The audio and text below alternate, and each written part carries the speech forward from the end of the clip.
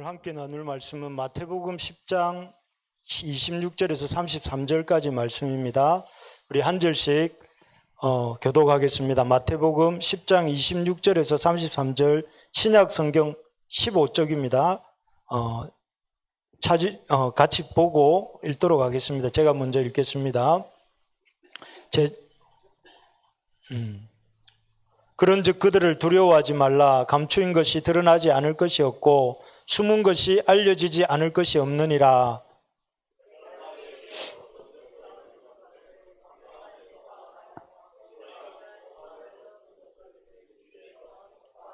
몸은 죽여도 영혼은 능히 죽이지 못하는 자들을 두려워하지 말고 오직 몸과 영혼을 능히 지옥에 멸하실 수 있는 이를 두려워하라.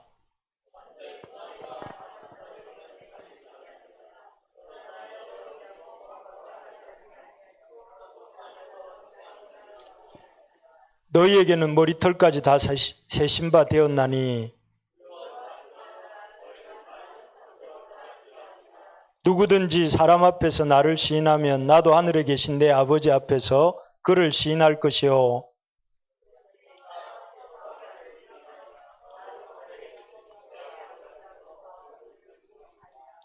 아멘. 우리 옆에 있는 분들한테 이렇게 한번 말씀해 줍시다. 너희는 참새보다 귀하니라. 제 말이 아니고 성경에서 그 예수님이 제자들에게 너희는 참새보다 귀하다 이렇게 말씀하시죠. 요즘 계절이 너무 좋죠. 덥지도 않고 또 이렇게 춥지도 않고.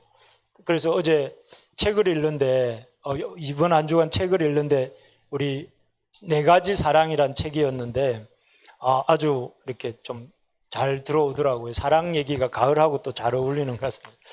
왜 웃어요, 경운행제? 우리가 이 사랑이라는 책을 읽으면서 느낀 점은 사랑이라는 것도 배워야 되는 것이더라고요. 내가 오늘 칼럼에도 썼지만 가족 간의 이런 그 사랑도 그냥 애정도 그냥 이렇게 당연한 것이 아니고 그 지켜야 될 예의가 있고 또 감사해야 될 것이 있고 또 그리고 계속해서 그것을 배워가야 될 그런 사랑이더라고요. 근데 우리는 너무 가족 간에 태어났으면 가족이고 가족이니까 당연히 사랑하겠지 이렇게 생각을 하는데 물론 그런 부분이 없는 건 아니지만 그렇게 해서는 안 된다. 예의를 지켜야 된다. 가족 간에도. 또 예를 들면 가족 간에도 그 사랑에 대해서 감사하는 마음을 가져야 된다. 그리고 그 사랑도 이렇게 서로 가족 간의 사랑도 배워가야 된다. 그런 것들을 이렇게 좀 읽은 그 책을 통해서 배울 수 있었는데 어쨌든 이런 사랑이라는 것도 우리가 갖고 있는 좋은 감정이니까 잘 배워가는 특별히 우리 청년들 되면 좋겠습니다. 꼭 여러분 곧 사랑할 거지 않습니까? 이제 또 그때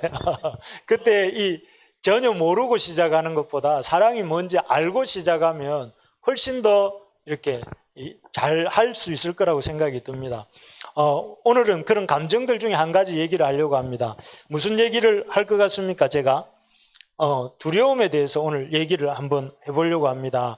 여러분, 이 두려움이라는 감정은 우리가 갖고 있는 감정 중에 가장 흔한 감정이고 또 가장 이렇게 강력한 감정인 것 같습니다. 그래서 이 두려움이라는 감정이 우리 속에 한번 자주 찾아오고 한번 찾아오면 우리의 어떤 마치 강한 향이나 맛이 강한 음식을 먹었을 때 혀가 마비되는 것처럼 이렇게 우리의 감정을 우리의 어떤 상태를 마비시킬 때가 있는 것 같습니다. 지난 금요일 저녁에 제가 이렇게 말씀 준비를 한다고 이렇게 하다가 우리 새벽 기도 때 듣는 찬양을 하나 다운받아야 되겠다 싶어가지고 이렇게 찬양을 하나 다운을 받았습니다. 다운을 받았는데 갑자기 화면이 딱 정지가 되면서 노트북 화면이 정지가 되면서 이렇게 이 마우스도 안 먹고 화면에 이상한 게 막 뜨는 거예요. 그래서 어떻게 했냐면 굉장히 마음이 갑자기 불안한 생각이 들고 두려운 마음이 들었습니다. 왜냐하면은 이전에도 한번 이렇게 자료를 다운받다가 그게 이렇게 마비가 돼가지고 포맷을 한 적이 있었거든요. 그래서 이번에도 틀림없이 이거 그때하고 비슷한 상황인 것 같다 이런 생각이 딱 드니까 갑자기 생각이 마비가 되는 거예요. 이걸 어떻게 하지?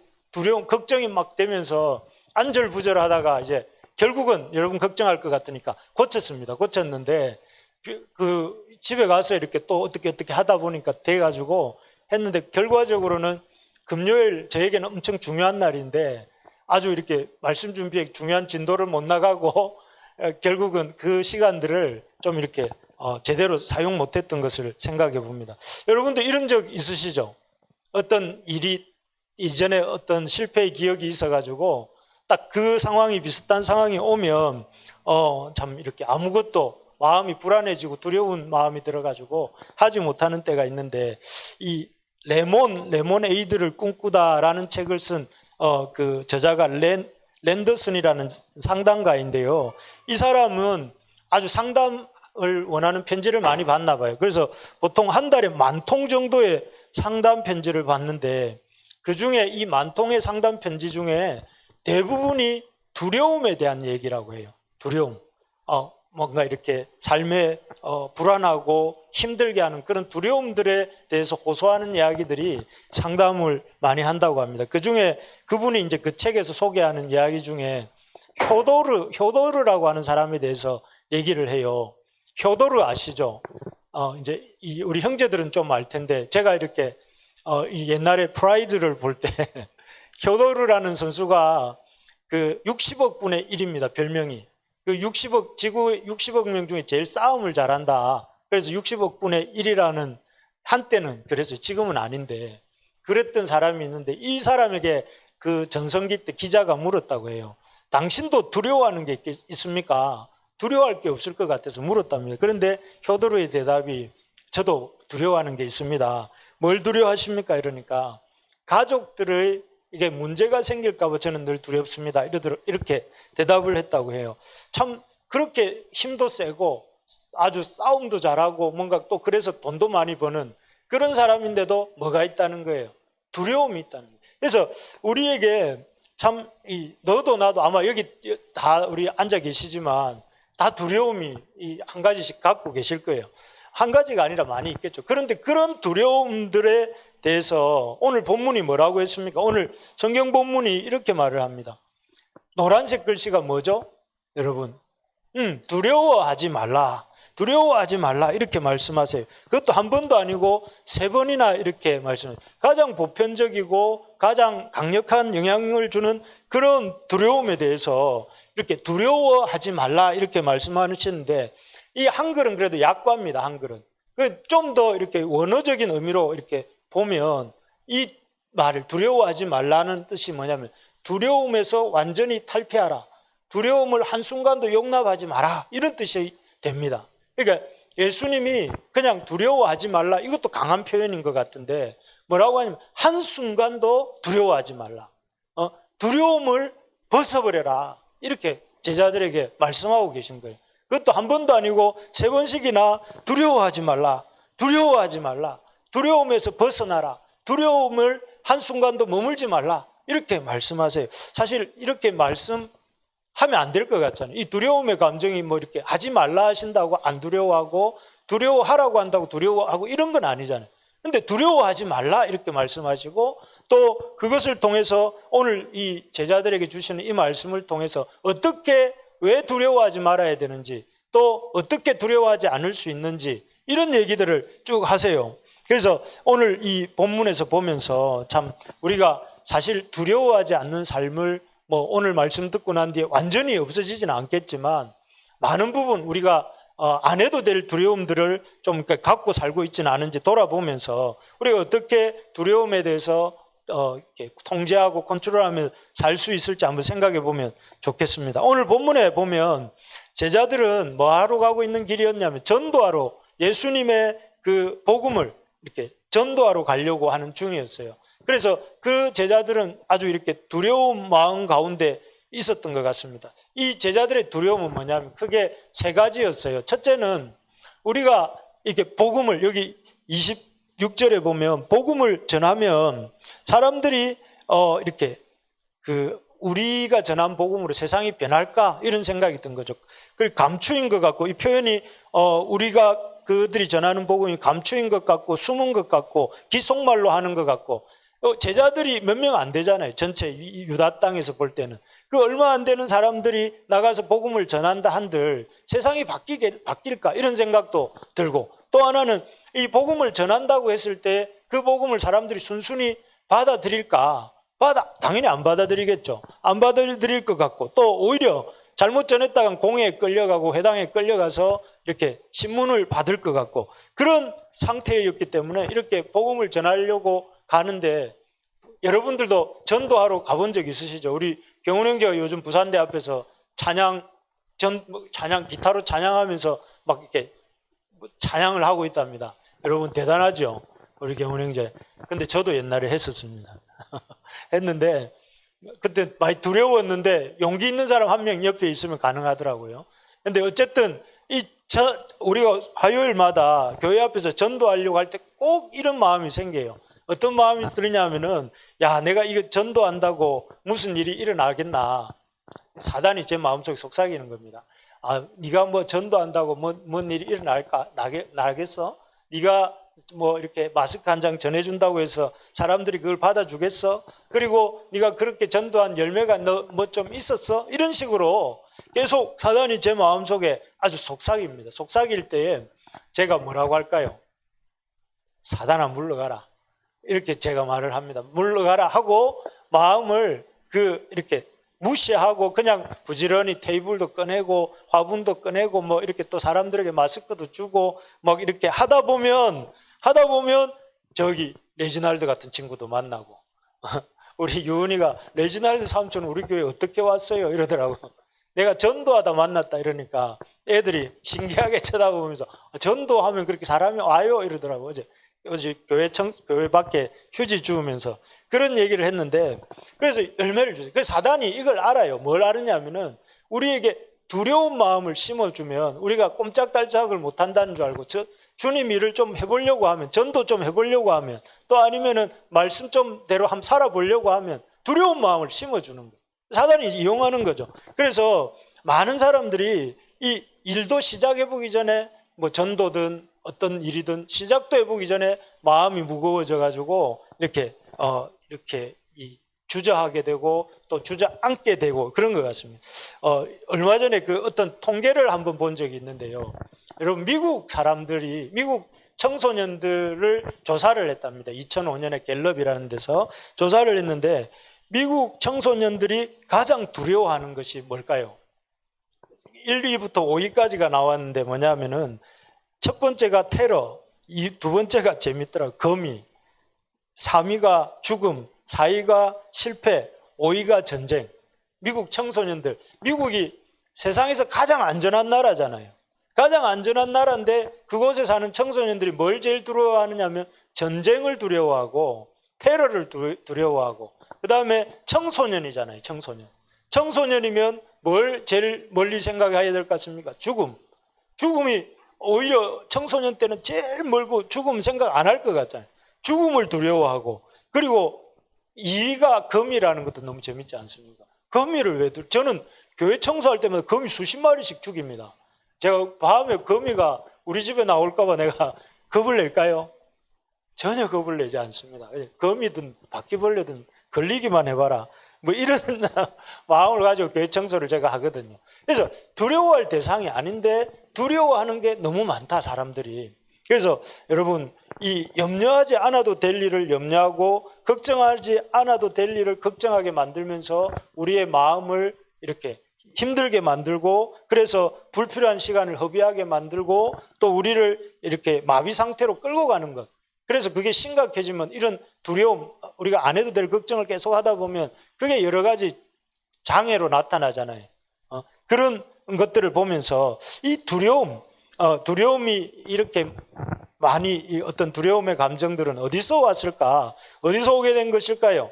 원래 이 두려움의 감정이라는 것이 원래부터 있었던 것이 아니라, 원래는 아담과 하와가 에덴 동산에 있을 때 그들의 상태를 한마디로 뭐로 요약할 수 있죠? 그 창세기 2장 24절에 보면 벌거벗었으나 서로 부끄러워 아니하니라. 아주 이렇게 기쁨이 넘치는 곳이 에덴 동산이었어요. 그런데 얼마 있지 않아서, 그로부터 몇 절 지나지 않아서 이 두려움이란 단어가 이 3장 10절에 나타나는데 이 3장 10절은 어떤 사건이 있은 다음입니까? 선악과를 따먹고 아담과 하와가 하나님 낯을 피하여 숨었어요. 숨은 아담과 하와에게 하나님이 찾아오시잖아요. 찾아왔을 때 아담이 한 말이 이 말입니다. 내가 하나님의 벌거벗음으로 두려워하여 숨었나이다. 이 장면에서 우리가 두려워하는, 앞에서 말했던 그런 두려움들이 오게 되는 이유가 뭐라고 말씀하느냐면은 하나님의 낯을 피함으로 생긴 감정이 두려움이라는 거예요. 하나님의 낯을 피하게 됨으로써 이렇게 두려움이라는 감정이 생겼고 그 두려움 때문에 숨게 되었다 하고 아담이 말을 하고 있죠. 사실 그러면 여기서 굉장히 두려움에 대한 우리가 중요한 통찰력을 얻을 수 있는데, 두려움은 어디서 오는 겁니까? 하나님과 내가 바른 관계에 있지 않을 때 오는 것이죠. 그러면 두려움을 없애려면 어떻게 해야 될까요? 하나님과 내가 바른 관계에 들어가면, 바른 마음의 상태에 들어가면, 하나님과의 바른 관계 속에 들어가면 이 두려움의 문제가 이렇게 해결이라기보다 두려움의 문제를 통제할 수 있게 되겠죠. 그래서 오늘 예수님도 이 제자들에게, 전도하러 나가는 그 일로 인해서 두려워하고 있는 이 제자들에게 이 두려움을 어떻게 통제할 것인지에 대해서 하나님에 대해서 알려주시는 말씀을 통해서 말씀해 주십니다. 그래서 우리가 이 말씀 보면서 우리의 두려움에 대해서도 한번 이렇게 생각해 우리 두려움의 손잡이를 한번 만들어 보면 좋겠는데, 자, 우리 한번 같이 한번 읽어 봅시다. 시작. 뭐가 그렇게 될까요? 이 세상 역사가 하나님의 뜻대로 다스리시고 하나님 뜻대로 진행됩니다. 여러분, 눈으로 이렇게 세상을 보면 세상의 그 대통령이, 우리나라 대통령이, 미국의 대통령이 이 세상을 다스리는 것 같잖아요. 눈으로 보기에는. 뉴스에도 많이 나오고. 그런데 사실은 성경이 뭐라고 하느냐면 하나님이 그 뜻대로 세상을 다스리시고 그 뜻대로 하나님이 세상을 이렇게 이 역사를 진행시켜 가신다 하는 것입니다. 그래서 제자들이 걱정을 했잖아요. 뭐라고 걱정을 했냐면은 우리가 이 복음을 전하는 일이라는 것이 숨어서 하는 것 같고 은밀한 데서 하는 것 같고 또 귓속말로 이러는 것 같습니다 하고 말을 해요. 그렇게 말을 하는데 사실 예수님께서는 제자들에게 뭐라고 하시느냐면 여기 27절에 보면 이렇게 말씀, 내가 너희에게 어두운 데서 이르는 것을 광명한 데서 말하며 너희가 귓속말로 듣는 것을 집 위에서 전파하라 하면서 그 제자들이 전하는 그것들이 나중에는 광명한 데서 드러나게 될 것이고 집 위에서 전파하는 것처럼 이렇게 나타나게 될 것이다 이렇게 말씀하죠. 제자들이 생각할 때, 우리들도 생각할 때 그렇잖아요. 나 한 사람이 예수님 믿는다고 해서, 나 한 사람이 복음을 전한다고 해서, 나 한 사람이 말씀대로 산다고 해서 세상이 바뀔까? 그런 마음을 가질 때가 있습니까? 없습니까? 이 세상은 너무 크고 우리는 너무 작고 우리가 이렇게 모여서 예배드리는 것이 이 세상에 어떤 영향을 줄까? 그런 영향을 줄 걸 생각하고 예배드리는 건 아니지만 어쨌든 우리라는 존재는 그런 생각이 들었어요. 제가 옛날에 간사로 캠퍼스에서 사역할 때도 그렇고 목회자로 또 지금 이렇게 교회를 섬길 때도 그렇고 마음이 뭐냐면 내 한 사람이 이렇게 이렇게 캠퍼스에서 사역하고 또 이 교회를 섬긴다고 해가지고 무슨 일이 일어날까 이런 생각이 들 때가 있어요.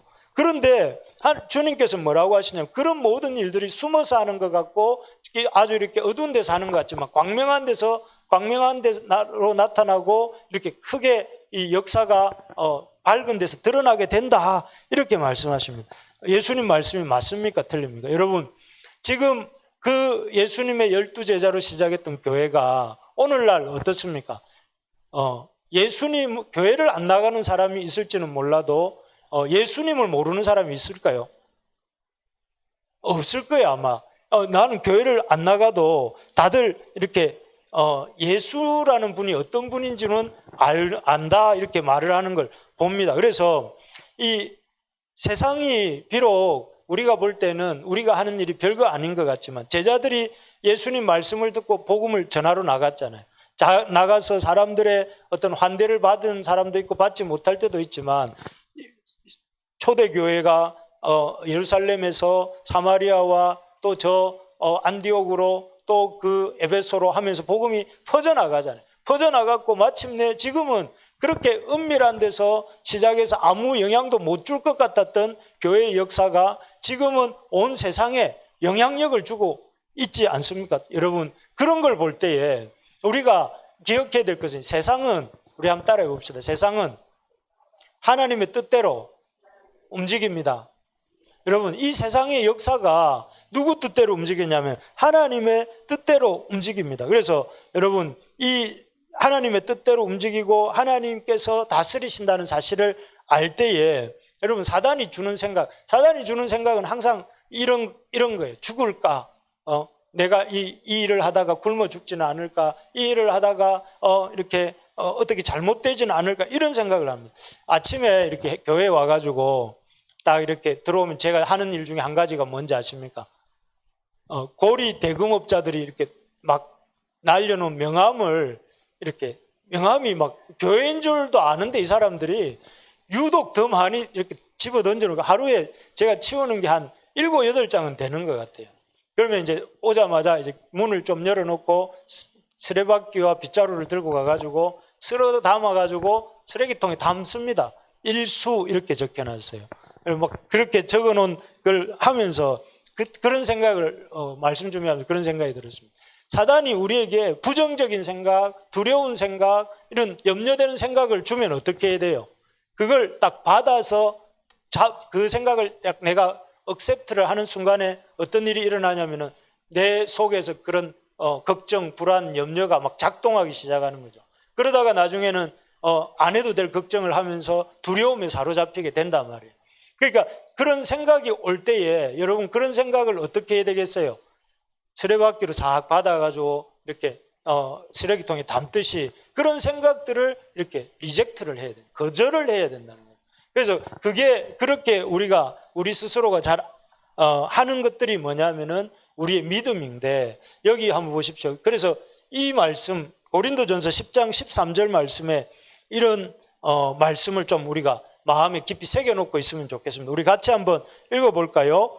사람이 감당할 시험 밖에는 너희가 당한 것이 없나니 오직 하나님은 미쁘사 너희가 감당하지 못할 시험당함을 허락지 아니하시고 시험당할 쯤에 또한 피할 길을 내사 너희로 능히 감당하게 하시느니라. 여러분, 능히 감당하게 하시느니라. 여기에다 밑줄을 쫙 그어야 됩니다. 여기 보면 뭐라고 했냐면 하나님이 우리의 모든 삶의 시험들을 다 통제하고 계시다는 거예요. 그래서 우리가 이게 뭐 하시냐면, 우리 내일 또 우리 아까 집사님 기도할 때 취준생, 수험생 얘기했잖아요. 우리 예주도 이제 곧 수험의 계절, 지금 시험 치는 계절이고 막 우리 세안이도 시험 공부한다고 열심히 바쁘게 공부하고 있고 다들 막 열심히 살고 있더라고요. 그런데 이런 시험들을 여기 보면 뭐라고 했냐면 감당하지 못할 시험당함을 허락지 않으신다. 하나님이 시험당함을 이렇게 감당치 못할 시험당함을 허락지 않으시고 또 시험이 오면 어떻게 하신다고요? 피할 길을 내서 능히 감당하게 하신다. 여러분 믿으십니까? 이걸 믿으셔야 됩니다. 하나님이 우리가 감당하지 못할 시험은 허락지 않으신다. 하나님이 또 그런 시험 당할 때에는 또 피할 길도 주신다. 이걸 믿으면 어떻게 될까요? 이를 믿으면 두려움이 왜 옵니까? 내가 이건 감당하지 못하겠다. 이건 내가 감당할 수가 없구나. 이런 생각이 들면 막 두려움이 오고 그 두려움이 자꾸 이렇게 그 옛날에 불가사리가 쇳덩어리를 먹는 것처럼 물었다고 하는 그런 옛날 이야기가 있잖아요. 막 이렇게 자꾸 내 마음을 집어삼켜가지고 나중에는 내 속에 불안과 두려움이 가득해가지고 나중에 나타나는 게 뭡니까? 옛날에 저도 한번 겪어봤는데 폐소공포증. 좁은 데 들어가면 마음이 깝깝한 것이, 제가 어느 날 MRI를 찍으려고 MRI 통에 딱 들어갔더니만 못 들어가겠더라고요. 마음이 너무 깝깝해가지고. 그래가지고 그때 알았습니다. 내한테 그런 증세가 있다는 것을. 그래서 여러분, 그런 것들이 찾아오는 거예요. 그래서 여러분, 이 두려움을 어떻게 이길 수 있는가? 하나님이 뜻대로 다스리시고 하나님이 그 역사를 이끌어 가신다는 걸 믿는 것입니다. 그래서 이걸 잘 믿었던 사람이 누구냐면은 다윗 같은 사람이죠. 다윗은 아시는 것처럼 10년 동안 사울에게 이렇게 삶의 어떤 그 쫓김을 당했습니다. 그래서 참 힘든 시간을 보냈는데 그 힘든 시간을 보내면서 그것을 통과해 나올 수 있었던 비결이 뭐였죠? 다윗이? 저는 시편 23편이라고 생각을 하는데 시편 23편에 보면 그게 뭐라고 합니까? 여호와는 나의 목자시니. 자기가 목자예요. 목동 출신이자 다윗이. 그런데 다윗은 자기가 목동인 것만 생각 안 하고 뭘 한 가지 더 생각했냐면은 여호와가 나의 목자시다. 이렇게 생각을 한 거죠. 그러니까 이게 모든 것이 이 자기에게 찾아오는 어려움의 문제들을 극복할 수 있는 힘이 생긴 거예요. 왜?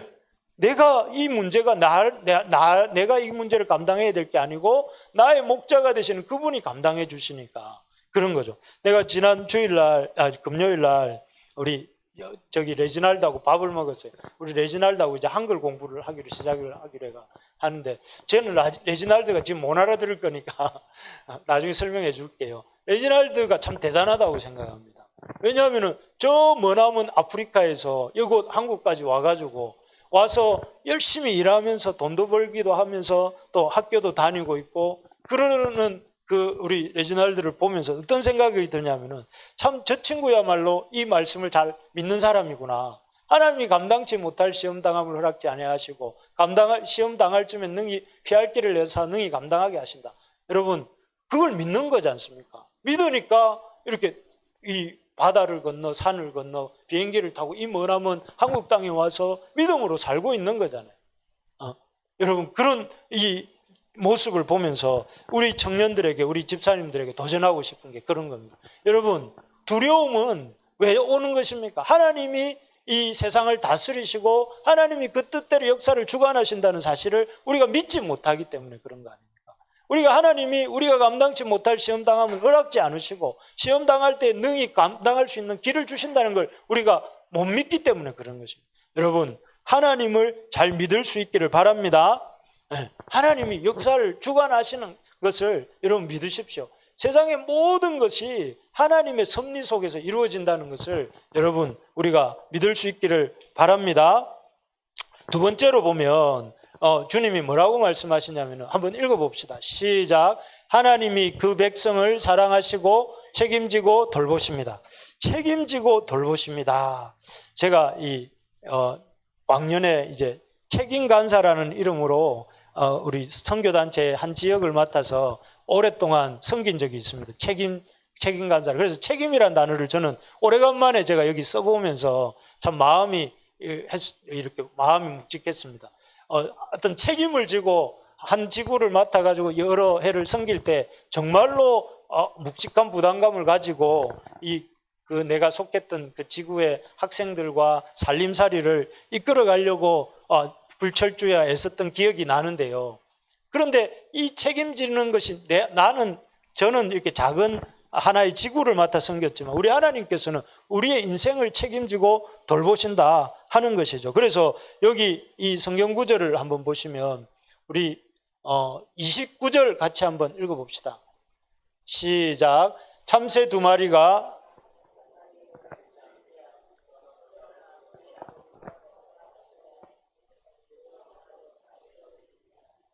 혹시 참새 알죠?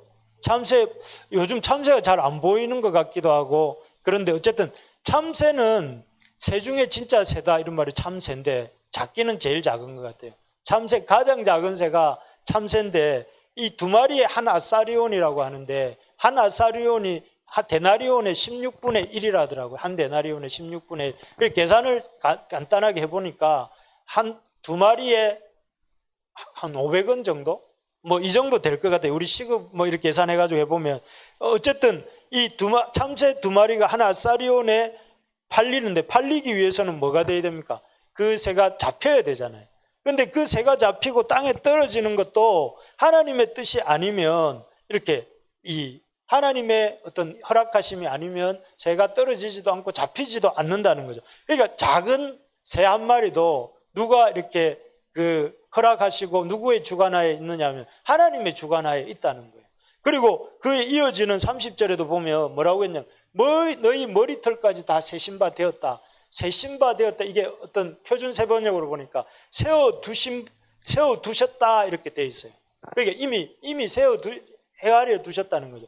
여러분, 제가 이 말씀 준비하면서 이렇게 찾아보니까 우리가 하루에 머리카락이 얼마나 빠지는 줄 아십니까? 하루에 50개에서 100개 정도가 빠진다고 나오더라고요. 100개 정도가 빠지는데 또 그 50개에서 100개가 빠지는 만큼 또 난다고 하더라고요. 난다고. 그래서 보통 50개씩 100개씩 빠지고 안 나면은 다 이렇게 3달 정도 지나면 보통은 머리카락이 하나도 없어야 정상이래요.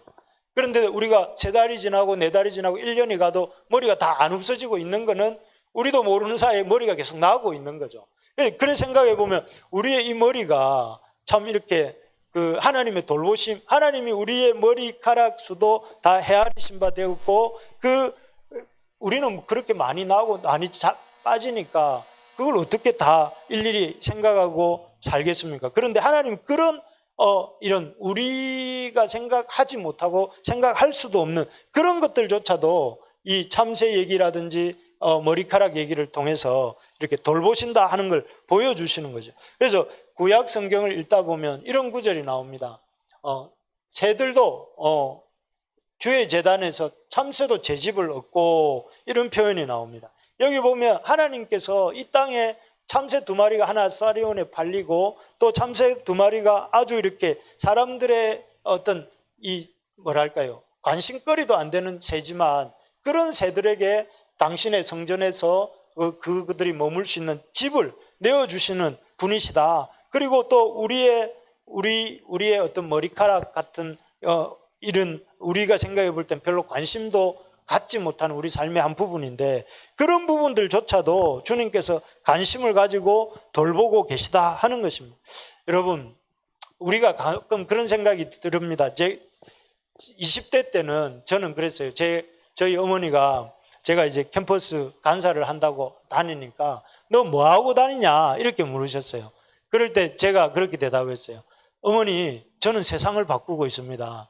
그러니까 어머니가 미친놈 이러셨어요. 미친놈, 무슨 네가 세상을 바꾼다. 그런데 어머니는 그렇게 말씀하셨지만 저는 그렇게 믿었어요. 세상을 바꾸고 있다고.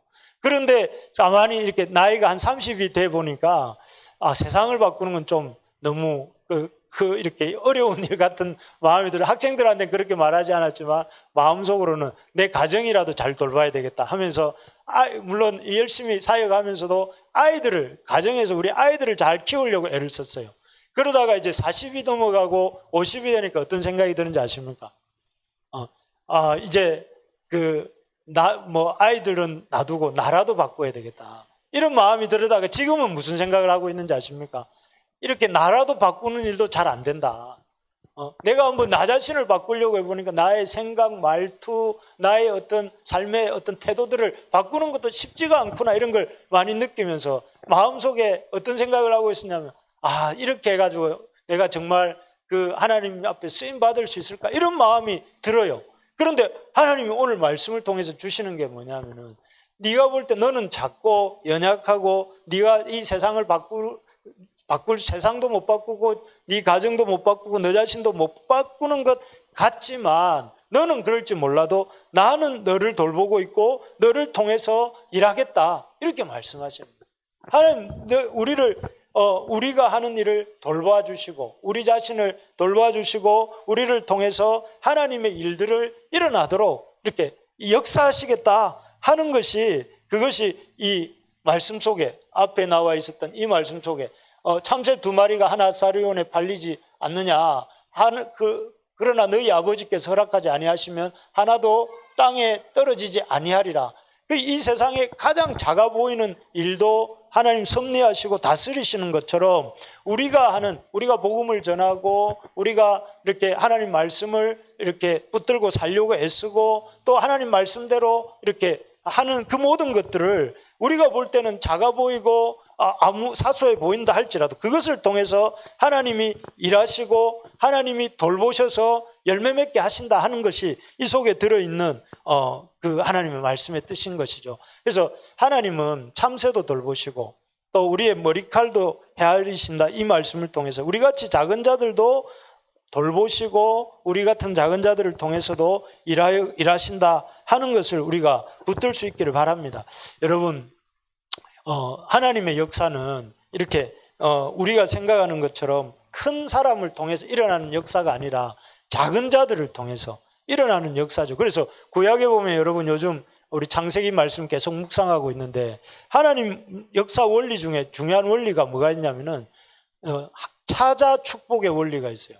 장자가 아니라 하나님 항상 누굽니까? 이 장자가 있고 차자가 있으면 에서가 있고 야곱이 있으면 누가 하나님이 축복하셨죠? 야곱을 축복하셨잖아요.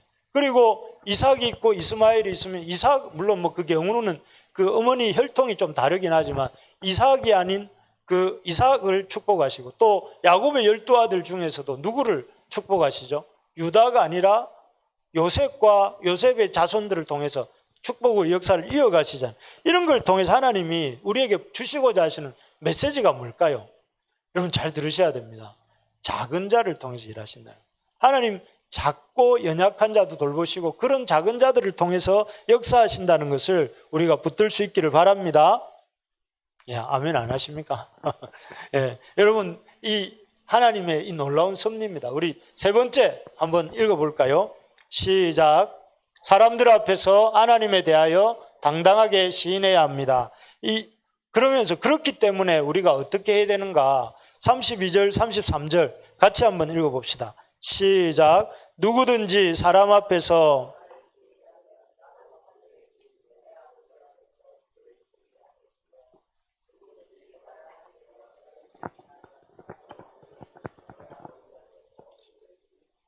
그렇기 때문에 하나님께서 세상을 뜻대로 이루어 가시고 하나님이 작은 자 된 이 제자들을 돌보시고 또 보살피시기 때문에, 그렇기 때문에 우리가 어떻게 살라는 거예요? 당당하게 주를 부인하지 말고 시인하는 삶을 살라는 것이에요. 당당하게 나가서 복음을 전파하라는 것이죠. 두려워하지 말고 나가서 이렇게 하나님에 대해서 전하라는 것이죠. 요즘 사람들이, 여러분 믿는 사람들이 많이 위축되어 있는 것 같아요. 손흥민은 이렇게 말했다고 하더라고요. 손흥민이 개막하고 난 뒤에 골을 한 골도 못 넣고 있다가 9경기 만에 10경기 만에 3골 헤드트릭을 넣었잖아요. 기자가 물으니까 손흥민이 이렇게 멘트를 했다더라고요. 레몬이, 삶이 나에게 레몬을 내밀 때 저는 그 레몬이라는 게 신맛을 주는 거죠. 인생이 신맛을 보여줄 때에 저는 헤드트릭으로 대답했습니다. 이렇게 말을 했다고 그래요. 원래 그 서양 속담에는 삶이 내게 레몬을 내밀면 나는 레모네이드를 만들겠다, 뭐 이렇게 되어 있다 하더라고요. 근데 그걸 손흥민이 그래 바꾸어가지고 그렇게 말을 한 것인데, 참 아주 이렇게 그게 어떻게 보면 우리도 그런 태도가 필요한 것 같아요. 우리 삶이 우리에게 두려움의 문제를 주고 삶이 우리에게 힘든 것들을 내밀 때 우리가 어떻게 해야 됩니까? 그 삶에 대해서 그 신맛에 대해서 막 이렇게 주저앉는 것이 아니라 오늘 말씀이 주는 것처럼 살아계신 하나님, 돌보시는 하나님, 작은 자를 통해 일하시는 하나님을 믿고 그 하나님에 대해서 당당하게 하나님을 인정하고 하나님을 인정하면서 나가라 하는 것이죠. 그래서 사실 두려움이라는 것은 우리가 직면할 때, 하나님을 믿고 믿음 안에서 직면할 때 더 이상 두려움이 안 됩니다. 아까도 보셨지만 두려움이라는 게 뭡니까? 일어나지도 않을 일, 전쟁이 일어날까 두려워하고 죽을까 봐 두려워하고, 미국 청소년들이 또 테러가 일어날까 봐 두려워하고, 테러는 그래도 좀 이해가 되네요. 미국에 한번 테러가 있었으니까. 그렇지만은 그런 것들 때문에 사실 두려워하는데, 옛날에 여러분 히딩크가 2002년도에 그 히딩크 감독의 별명이 뭐였습니까? 5대0이었지 않습니까? 5대0. 이유가 뭐죠? 우리 한국 선수들을 계속 경기만 했다면 5대0으로 지니까 그렇게 5대0 감독이라고 불렀는데, 히딩크가 그렇게 외국 선수들 유럽과 붙으면 우리가 질 줄 알면서도 계속 붙인 이유가 뭐죠? 외국 선수들에 대한 두려움을 우리 한국 선수들한테 없애려고. 그래서 어떻게 했어요? 실제로 2002년 월드컵이 이루어졌을 때 한국 선수들이 외국 선수들하고 싸울 때 잘 싸웠잖아요. 그래가지고 4강까지 올라간 이유가 뭐냐면 두려움을 직면하고 그 두려움에 대해서 이렇게 부딪혔기 때문에, 결국은 그런 싸움에서 이렇게 히딩크의 어떤 훈련의 결과로 두려움에 직면했고 그 두려움을 뛰어넘을 수 있었던 것입니다. 그래서 우리가 하나님의 백성으로 살 때에 삶에 여러 가지 어려움의 문제가 옵니다. 올 때 어떻게 해야 되겠습니까? 뭔가 사람들 앞에서 예수님을 부인하고 싶고 예수님 믿는다는 걸 드러내고 싶어 하지 않고, 할 수만 있으면 좀 이렇게 자기를 숨기고 싶고, 할 수만 있으면 좀 뭔가 믿는다는 것을 안 밝히고 싶을 때가 요즘 많은 것 같아요. 그래서 사람들이 예수 믿는 것에 대해서 굉장히 뭔가 위축되어 있는 이런 우리의 모습인데, 예수님 뭐라고 하시느냐면 누구든지 사람 앞에서 나를 시인하면 하늘에서도 내 아버지 앞에서 나도 그를 시인한다고 말씀하세요. 예수님이 진짜로 그러면 제자들이 나를 부인하면 나 너 모른다 이렇게 말씀하시려고 이 말씀을 주시는 게 아니고 강조법입니다. 나를 시인하라는 거예요. 당당하게 복음을 전하라는 거예요. 당당하게 믿음 안에서 두려워하지 말고 살라는 거거든요. 여러분, 우리가 그런 이런 두려움이 아니라 믿음의 용기를 가지고 살아가는 우리가 되기를 소망합니다. 그래서 사실 이 가을에 두려워할 일들이 많은 것 같습니다. 우리 수험생들은 이제 이 진학을 때문에 고민이 될 것 같고, 제가 보니까 우리 청년들 중에 몇몇은 취업을 하기 위해서 또 고민을 하는 것 같고, 또 어떤 분은 건강이 좋지 않으셔서 건강 때문에 걱정하는 분도 있고, 또 어떤 분은 참 이렇게 경제적으로 이렇게 요즘 어려우니까 경제적인 문제 때문에 걱정하는 분도 있고, 여러분 두렵지 않습니까? 그러나 오늘 말씀 사실 제목을 너희는 참새보다 귀하니라 이 말씀을 정하기 전에 뭐라고 했냐면 두려워하지 말라. 성경 말씀을 그냥 이렇게 적어보려고 했습니다. 두려워하지 마시기 바랍니다. 왜요? 하나님이 이 세상이 하나님의 뜻대로 하나님의 다스림 안에 흘러가고 있기 때문에 그렇다고 말씀드렸습니다. 왜 두려워하지 말아야 됩니까? 하나님이 우리를 돌보시기 때문에 그렇습니다. 여러분 지금까지 살아오면서 여러분들이 이렇게 부족하고 결핍하고 이렇게 그렇게 하나님 내버려 두셨습니까? 저 모르겠습니다. 그럴 때도 있었지만 결과적으로 합력하여 선을 이루시고 하나님 다 채워주시고 여기까지 인도하셨습니다. 그렇다면 우리가 어떻게 살아야 되겠습니까? 주님을 인정하면서 당당하게 사는 여러분들이 되기를, 우리가 되기를 소망합니다. 그래서 이 가을에 좀 하나님 말씀대로 살았더니 이렇게 하나님의 역사가 이렇게 일어났습니다 라고 우리가 오히려 간증하는 그런 우리의 삶이 되기를 간절히 소망합니다. 그래서 우리를 두렵게 하는 문제가 무엇입니까? 여러분, 그 두렵게 하는 문제를 가지고 이렇게 생각하기보다 그 두려움의 문제보다 크신 하나님을 생각하면서 그 하나님 앞에 그 문제를 놓고 기도하는 게 어떻겠습니까? 여러분, 그 문제를 놓고 고민하지 말고 이거 어떡하지 하다 보면 여러분 나중에 공황장애 그것 갖고 자꾸 걱정하고 염려하다 보면 고소공포증은 좀 다른 건가요? 그런 마음에 막 두려운 생각이 가득하게 되는데 그러지 말고 하나님 말씀을 묵상하고 그 문제를 놓고 같이 한번 기도하는, 그래서 저한테 기도 부탁하십시오. 제가 열심히 요즘 기도하고 있습니다. 그래서 여러분 저한테도 기도 부탁하고 우리 교회 식구들한테 만나면은 이렇게 기도 부탁하십시오. 같이 기도 좀 해주십시오. 이러면은 기도 안 하던 우리 청년들도 아이고 이거는 기도해 드려야 되겠다 기도할 것이고, 또 기도 열심히 하던 분은 더 열심히 기도해야 되겠다고 기도하고 그러지 않겠습니까? 그래서 여러분 이 옆에 있는 분한테 이렇게 말합시다. 너희는 참새보다 귀하니라. 우리 방금 말하지 않은 옆에 분한테 한 말, 두려워하지 마십시오. 이렇게. 두려워하지 맙시다. 여러분 두려운 일이 없으면 이런 말 안 하겠지만 우리가 두려워할 일이 많지만 그러나 두려워하지 말고 우리를 돌보시는 하나님, 우리의 필요를 가장 정확하게 아시는 그 하나님, 우리의 인생을 이끌어 가시는 그 하나님을 믿음으로 우리 힘을 내는 저와 여러분들 다 될 수 있기를 소망합니다.